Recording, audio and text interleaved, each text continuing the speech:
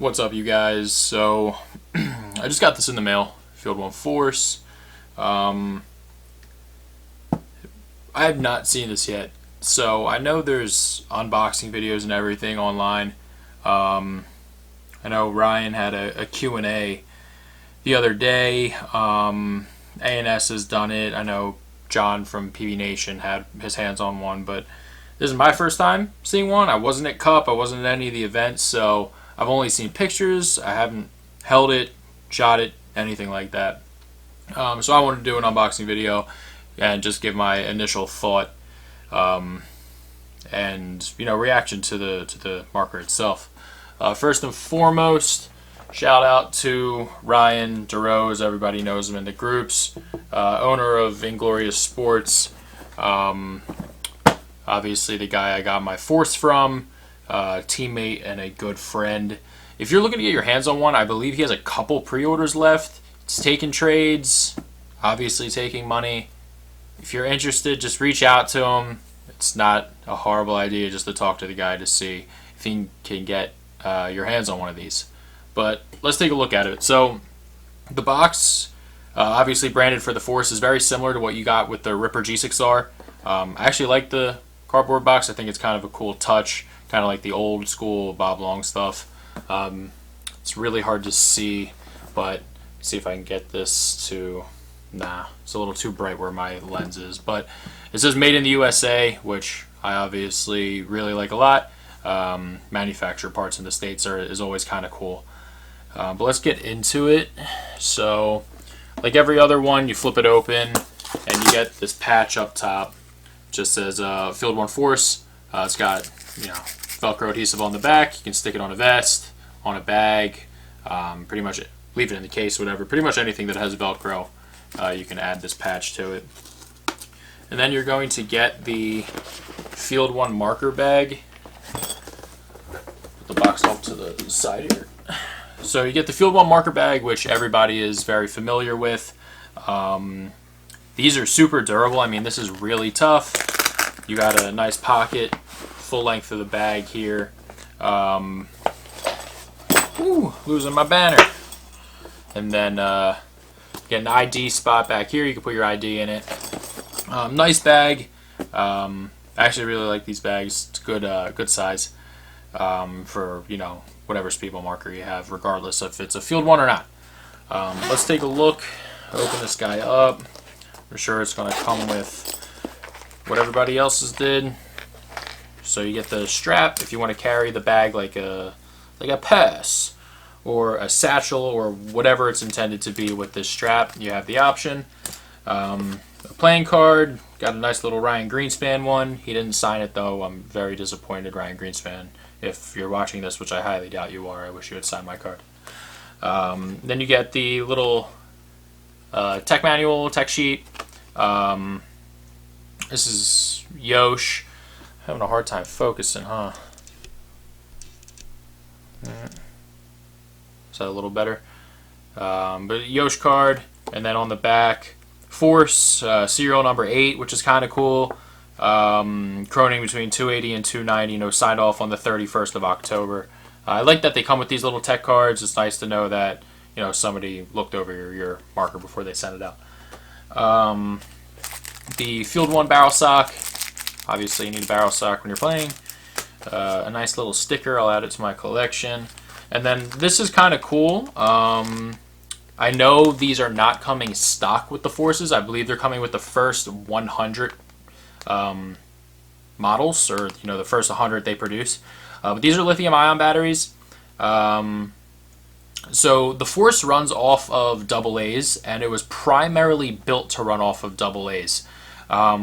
In the later parts of the design, if I'm not mistaken, they incorporated the use of a lithium-ion as well.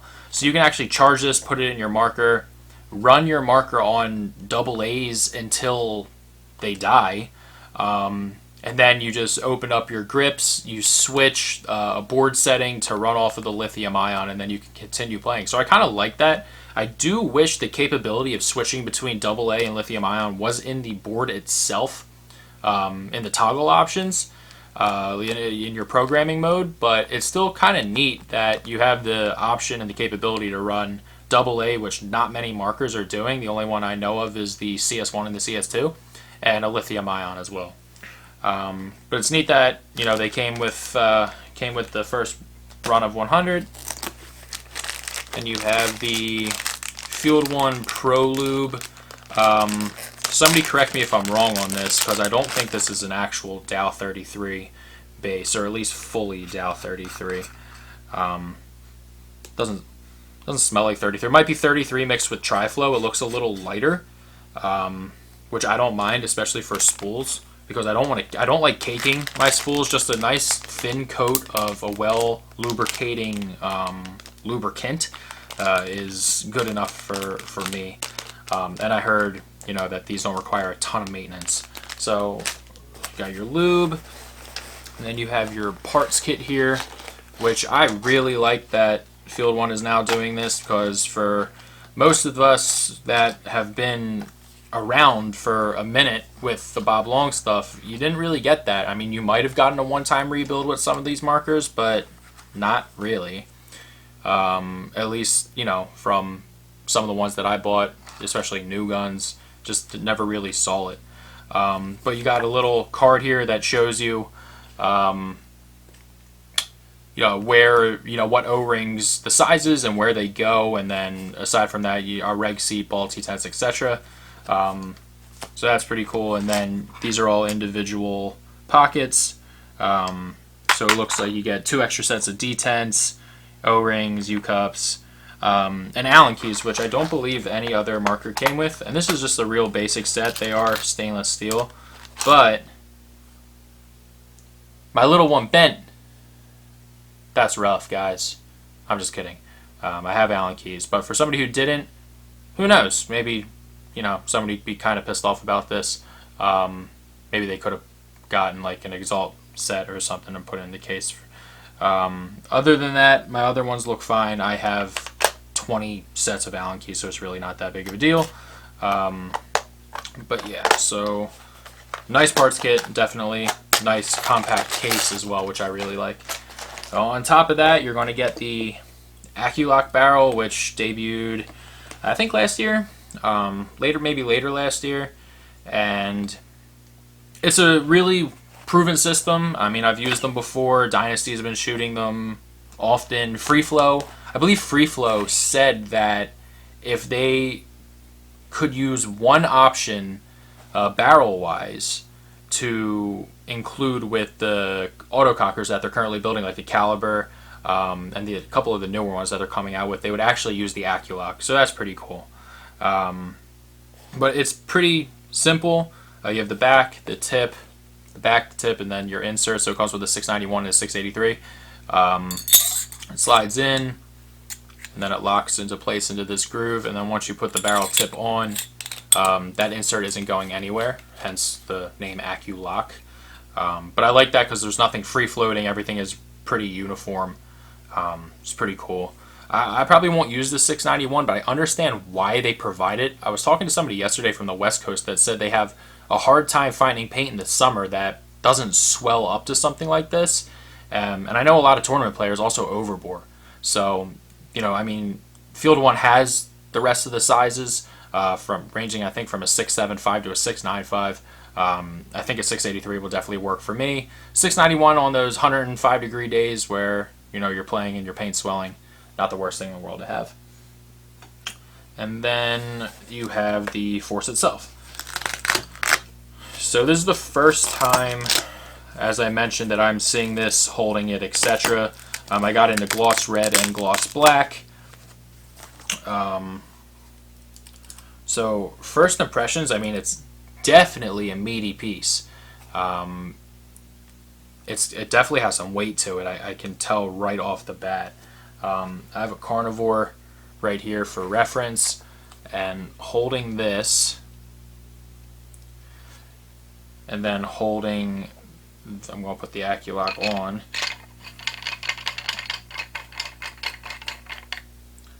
and then holding this, they're actually pretty similar in weight. I don't have a scale, but No, I mean holding them side by side, the Carnivore's definitely heavier, but for a speedball gun, tournament gun, this thing definitely has some meat to it, which is pretty funny. With that said, it's not overbearingly heavy. You know, like I said, it has some weight to it. Or many of the videos that have come out have said that it's not overbearing. If you find a paintball gun to be overbearing in terms of weight, then there's probably an issue on your end. But I mean, I know people love a light setup, so if you don't want a meteor marker, then maybe this isn't for you. But in terms of holding it in the hands, it feels really, really good. I was super skeptical about the front grip here. While I'm not the biggest fan of the design, at least like aesthetically, it actually feels really nice in the hands. I play with my thumb wrapped up top, but you have the room to hold it behind the foregrip, and this is where your batteries are housed, and you're not bumping into the frame. So you have plenty of room here, you have plenty of room to move over top, and it's actually not uncomfortable at all. If you see that there's a little groove here, and if you put your thumb like right on that groove, it's actually super comfortable.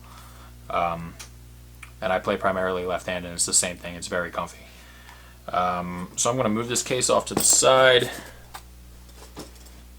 put this down. I'm not really sure what to run through because there's so many videos that, have already done it. I'm going to take a couple things apart that I'm interested in seeing. So I have my Allen keys. Take a look at the new eye system is something I'm interested in.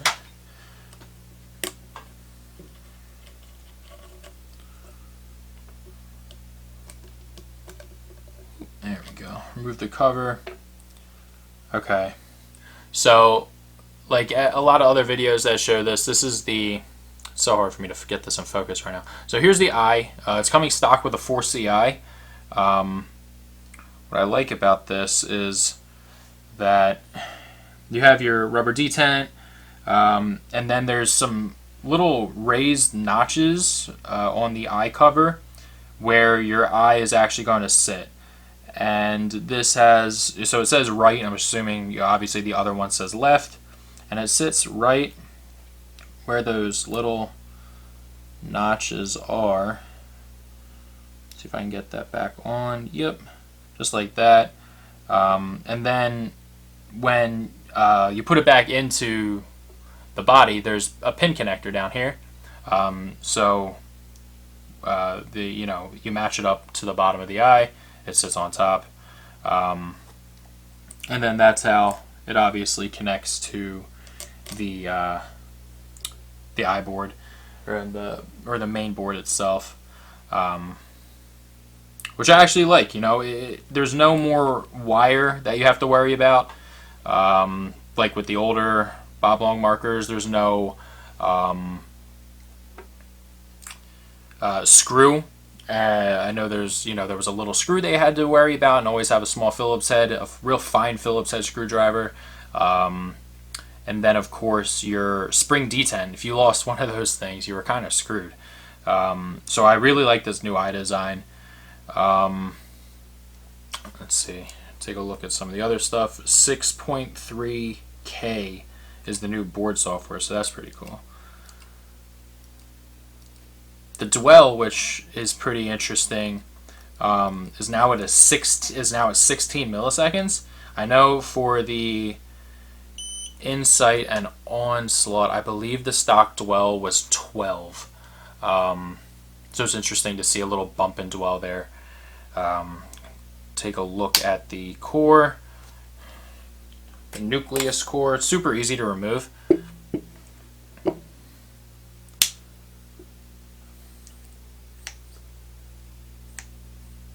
I mean, it looks super... It looks relatively simple. Brass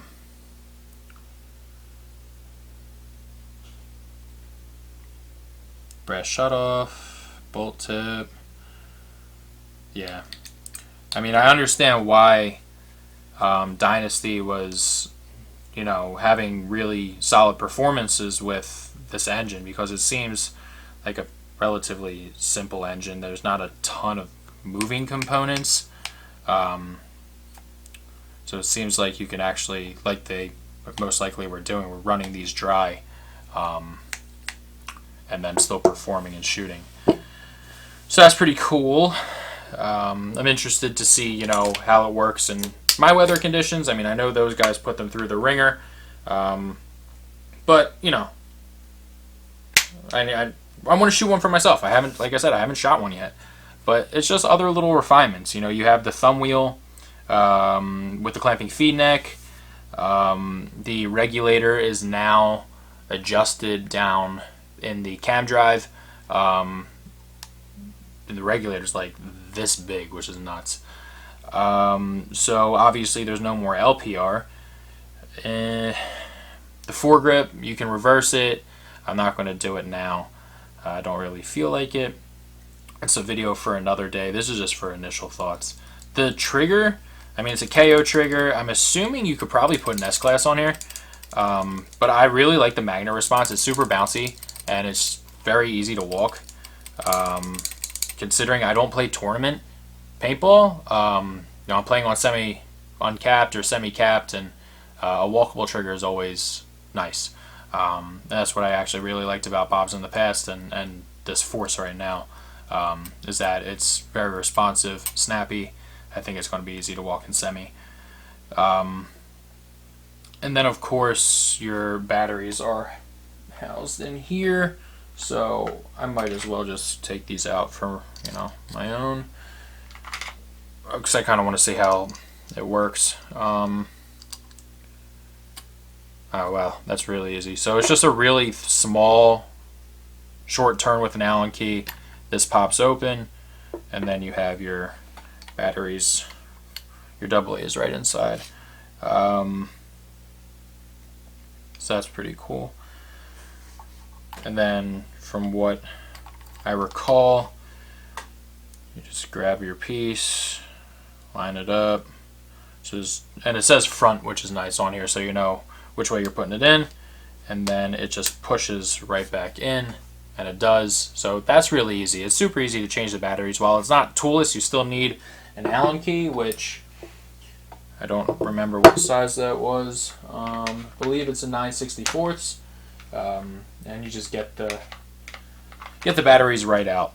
And then, like I said, you can put the lithium-ion battery in the grips, which is pretty cool. So I am going to readjust the camera lens. I'm going to actually get this set up in setup form to see how it balances with a tank and a hopper on it. I'll be right back. Alright guys, so we're back.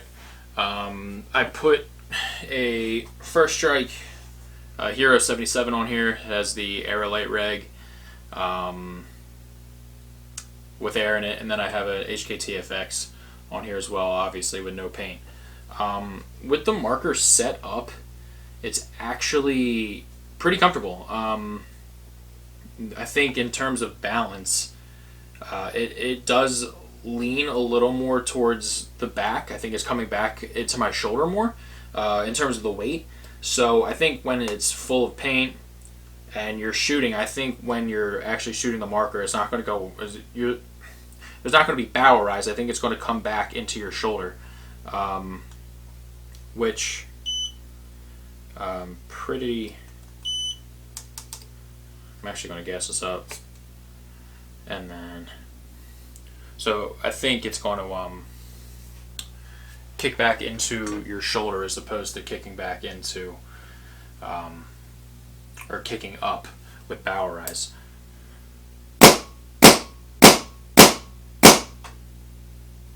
I mean, there's no paint in it, so it's going to be hard to tell. But with no paint in it, this thing doesn't move. It's hard to tell with a camera microphone if a marker is loud, if it's not loud. Without paint, I'm in a closed room with a closed door. It's a little loud. I mean, it's louder than my LV1. It's louder than like a VCOM Ripper Vis. I think it's on the same type of wavelength as a Vis engine, honestly, in terms of the poppiness and sound signature. But it doesn't move. I mean, it doesn't move at all, which is pretty cool. I think if it does the same with paint, I'm actually going to be really happy with the way the marker shoots. As it's set up right now, I find it to be comfortable. I mean, I don't think it's crazy. I think, you know, there's some weight to it, obviously. I had mentioned that. Other people have mentioned that. But set up like this, I think it's going to be comfortable shooting, and I do think the marker's going to shoot well. One thing that I noticed, what I've heard from Tim Furpo on his video, the ASA doesn't bleed. I know old cam drives actually used to bleed, so this holds another shot of air. So be really careful of that if you guys have one, especially just for safety precaution. That you either shoot that out on the field or make sure you're not shooting anything into your barrel sock or in a staging area or whatever. Other than that, guys, first thoughts and feedback is I like the design style of the marker. I think it's ergonomically comfortable. I love the magnetic trigger. I think it's really responsive and bouncy. The foregrip, which I'm not the biggest fan of aesthetically, I think it's comfortable. I just like the feel in the hand. I think they can do some really nice things with this, like Exalt or other products, for making like red grips on this. I think, you know, holding it either behind or a full wrap around of the front grip or putting your hand over top is comfortable. Like I mentioned, ergonomically, I just think it's nice. It points well. Like I said, it has a little weight to it, which I guess I was anticipating when people had mentioned it, but I don't think it's really that bad. I'm looking forward to actually getting out and shooting this. I'm going to be doing an efficiency video on this because the only one I know of right now is the one that A&S did, and I'm not thrilled with that. I don't know. It was weird. Like, I just didn't think they did a great job on it, no offense. But I'm going to be doing it with a 450 PSI output reg. I'm going to do a cold 4500 fill on a 7745.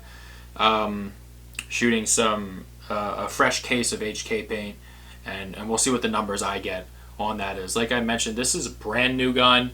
That dry firing I did, plus the 24 factory shots that it had, was what it was coming with originally. So stay tuned for that. I'm hoping to get out on Saturday.